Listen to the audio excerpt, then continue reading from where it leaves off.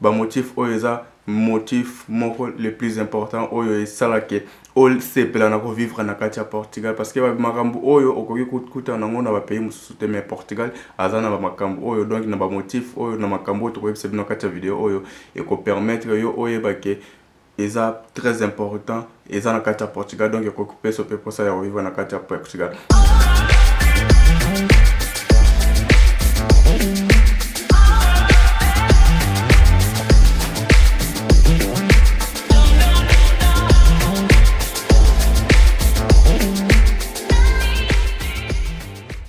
Boyel malamu na chaîne abino J28 bino mo boyebi chaîne abino oyo chaîne na biso nyonso donc oyo ayibinga taza mutasika nga kombo na nga Joël lelo toyeli bino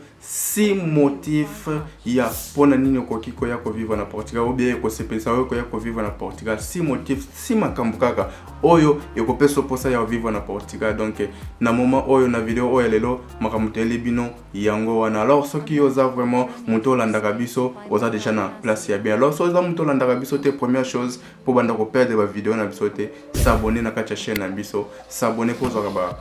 vidéo ya bien biso to bimisaka déjà yo ozo sala nini ozo sala nini longwa nazo sala s'abonner déjà donc il faut avoir la vidéo ya bien alors sans plus tarder toujours continuer la vidéo na biso toujours kende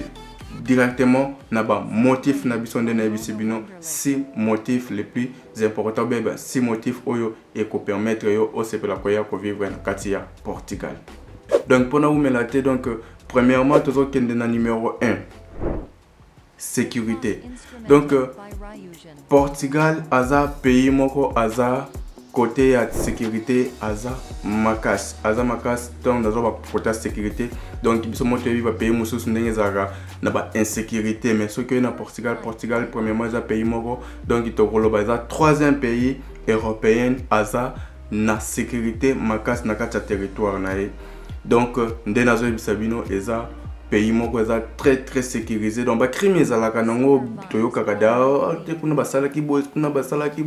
mais na kati ya Portugal soki ata yo ke kosala ba investigation na kati ya internet au mona ke ba crime oyo ya makasi wana awa ezalaka te donc c'est-à-dire ba crime ezalaka nango bloko ezalaka ke muntu akeita mususu akeko kotumbola ba bloko mo léger naloba donc biloko léger mais oyo ezate ba tantan ndenge toyokaka na ba pays mususu na kotanga kombote donc ba crime ezalaka ebele na ba pays mususu mais ezate dans la matière de sécurité biso moto yebi ke na Portugal sécurité eza makas donc une fois le kambumo esalemi donc dans peu de temps il faut donc baser la solution alors motif numéro 2 eza transport donc ce qui tout le bel makambo etali transport na kati ya Portugal ezali vraiment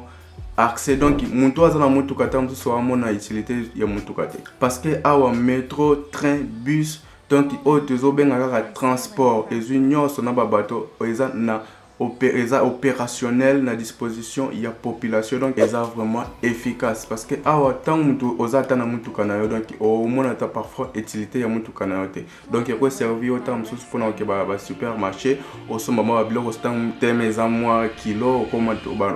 okoki kobanda kumatana na kati ba transporter oko sala la mutu kanayo mais tant mususu ba etali ba déplacement donc yo mo mona tant mususu ke mutu ka eza na utilité makasite na lobite ke eza na utilité makasite 100% mais na lobit ke na makambo mususu na kati ya Portugal donc au moins que ça utilité parce que transport a weza disons 24/24 parce que ebandaka 5 heures ti 2 heures transport eza moyen zéro parce que eza la système ya carte so futi carte na yo donc carte na yo au futi ya transport ya mois il y a un mois otambola nango partout donc otambola nango métro train transport bateau otambola nango partout donc nyonso za na poso tambola na yo okotambola nango donc na matière ya transport yango monaka parfois mundele ou bien portugais ou bien muntu azobi na kati ya Portugal akoma retard te na msala parce que évidemment nini na ozabis nini na olonga nini na okoma transport et donc et raté ce qui ezaki eko raté ba ko informer bino na gare na bino bozali ke ni transport na bino ou bien train métro bus ozozela na airboy okoya na airboy te ezu retard ya na airboy mais dans toutes les façons bakolukela bino alternative ya ligne mosusu okokozwa po ok comme na destination na yo na temps oza na posa okoma donc eza plus facile, et vraiment efficace dans matière wana. Alors motif numéro 3 eza santé. Tant dans la santé parce que ngamoko bino mo yebinga na yebisa bino makambonga mo pe na vivre o nazo vivre pe parce que santé awa eza très moins cher. Très moins cher. Pourquoi? Parce que eza coûte na ba plan mususu ya santé donc il faut tamaka donc il faut 30 euros ou bien 40 euros. Ceux qui n'ont actualisé bien cause à 40 euros mais ils ont 30 euros. Alors 30 euros on est un petit plan à santé. Plan à santé on a sauf 30 euros on a balance de la santé na yo. Donc ils ont que oye les sous lobe bakisimbo on lobby kuno yo bakisimbo monte. Donc au sombi plan na yo on a plan na yo to bengaka na portugais plan de Saoudi na français là c'est plan ya santé au sombi yango donc oza obligé peut-être somba yango okoki pe kozala no muntu moko pe obelaka no pamba pété mais une fois za na problème ya santé donc na matière ya santé na kati ya ba hôpital na biso awa ba hôpital ya Portugal awa eza très efficace ndeto mona ba pays mususu ta mususu mwasi aboti le local le lolo ba bimise na hôpital ou bien lobby na tomba bimise na hôpital na Portugal eza bongo te donc il faut tant oza na kati ya hôpital une fois za na mbetu ya hôpital ko bimana ko zonga ndako donc il faut assurance moko za déjà rassurer à partir de médecin bon il faut pas confirmer pendant que muntu ndenga za boy aza na capacité ya otambola ya comment place azoninga akende ou bien azali sous na posa ya otikala awa na kati hôpital donc okoki ko vendre peut-être sur une semaine donc pour mona ka évolution na eza bien yo ko ça ba ngena yo ka bien mais bon so ba episo ka tete donc suivi ya maladie eza makasi santé eza makasi hôpital moins cher maramuno so donc moins cher donc na kati ya Portugal le logo etali santé donc eza vraiment moins cher et puis eza rapide soko ke na ba na centre hospitalier donc okozala bien reçu pe traitement na yo même soko ti ba te belé mais eto na yo e comment okokende na yo à l'aise sans problème. Motif numéro 4 eza tourisme na kati ya Portugal donc ndena otako yebisa bino na kati na motif na biso numéro 2 etala transport donc eye ko région biso na kati ya numéro 4 awa na tourisme na kati ya Portugal donc Portugal eza na ba place ebele ya kosala tourisme voire même ba pays libanda ba ka kolekisa ba congé na ba na kati ya Portugal ba pays bino mo boyebi ba Hollande ba nakolo banini ba Londres ba France bani bango tout bayaka kolekisa ba congé na bango na kati ya Portugal parce que Portugal azana ba point ya tourisme ebele azana ba plage ebele azali na ba ancien site ebele donc ba place ya histoire ebele donc ba place ya tourisme ebele ba hôtel ya minene biloko ebele oyo ekoki ko permettre donc oya ko sala tourisme na kati ya Portugal donc côté ya tourisme na kati ya Portugal eza vraiment na ba site ebele okoki ko kekuta na ngona ba Lisboa na ba Porto na ba Faro na ba Fundão ba place eze ebele so na ba dotanga awa e senga ke vidéo na biso ekoma mulai donc na matière ya tourisme ezali vraiment ba place ebele oyo okoki ko se plan nango eza ebele donc côté otali pe tourisme na kati ya Portugal donc ndenge na ebisibino wana eza ba place ebele oyo esala ke o sepela pe na ko vivre na kati ya Portugal oyo mona o découvrir ndenge nini ba 4 coins na yango ndenge ezali ndenge pe marchaka ou bien ndenge ba histoire nango pe ezalaka. Cinquième motif ezali ke facilité ya koyeba ba pays mususu ya libanda. Nazoloba ba pays libanda za ba pays européen. Donc ba pays européen o nazoloba donc eza na facilité oyeba ba pays mususu oyo yebi wana o lingaka wana à partir so vanda na Portugal. Pourquoi? Parce que kokende kolongwa na Portugal pour na pays mususu eza chose facile tant nazoloba chose facile yo moko kolinga okeno France aller-retour oko sala ta jour moko kei jour moko zongi OK Espagne oko sala Espagne jour moko kei jour moko zongi OK Allemagne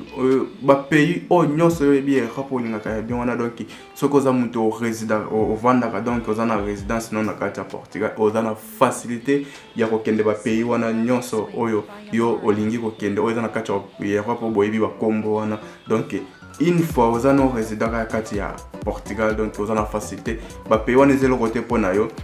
ezara place moko donc okomona on nsima ndako na yo okei na yo ozongi na yo okei na yo ozongi na yo toute folingi okende na yo donc oza na facilité ya déplacement makasi facilité ya déplacement makasi wana donc on azoloba eza voyage na yo koki kosala na ota mosusu yo moko so olingi na yo okende na avion te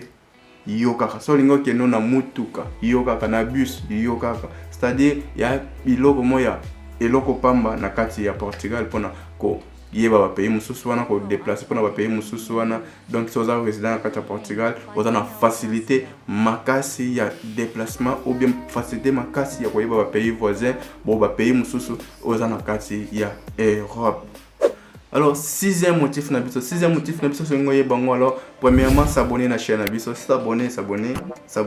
partager vidéo et puis tia like na yo bien aimer vidéo oyoyo et puis tika ke o partager yango na muninga no musupe ayeba ba nouvelle auto pesa bino na kati canal oyo. Sixième motif na biso ezali dépense na supermarché. Oyo etali dépense na supermarché eza eloko ya kozala nango na société na kati ya Portugal. Pourquoi na lobi eza eloko ya kozala nango société? Pourquoi? Parce que supermarché tant de supermarché total da bacha. Donc ba supermarché ya awawa soko kei kosala bacha na yo oko se retrouver. Oko se retrouver comment? Parce que biloko nyonso awa eza moins cher. Tant ba moins cher, c'est vraiment moins cher. Na 5 € olambi polier otoni tamso pole pena poko. Ah oui, nazoyi biso makambo ya solo. Nazoyi biso makambo ya solo. Dépense na supermarché awa na kati ya Portugal eza chose rien. Eza moins cher na bacha nango, bacha na supermarché eza moins cher. Okoki koza biloko moko boye oyo mona ki eza grave mais a ozongo moins cher. Voire même eza ba pays mususu système par exemple ba français ba ko sala bacha awa anglais ba ko sala bacha awa. Pourquoi? Parce que kuna ba bango za cher et puis na Portugal biloko eza kuna cher aba kutango moins cher, chose rien. Alors na matière ya dépense awa na kati ya Portugal eza chose rien, eza moins cher na bacha kolia alimentation de tolobaka donc eza moins cher. Donc so super na vidéo na biso ya lelo donc kobosa na te ko s'abonner lelo to ela bino 6 motifs pour comment vivre na kati ya Portugal. Bien 6 motifs oyo koki kotinda yo vivre na kati ya Portugal. Donc de boyo ki wana bo sanate ko s'abonner ko like vidéo ndenge na bino landa biso pe na Instagram. Tozawana na Instagram landa biso pe na Instagram. Donc to partager pe sous ba contenu mo ya bien na kati ya Instagram. Donc poto umela te na vidéo lelo to suki na bino awa to kutani na vidéo oyo ekolanda.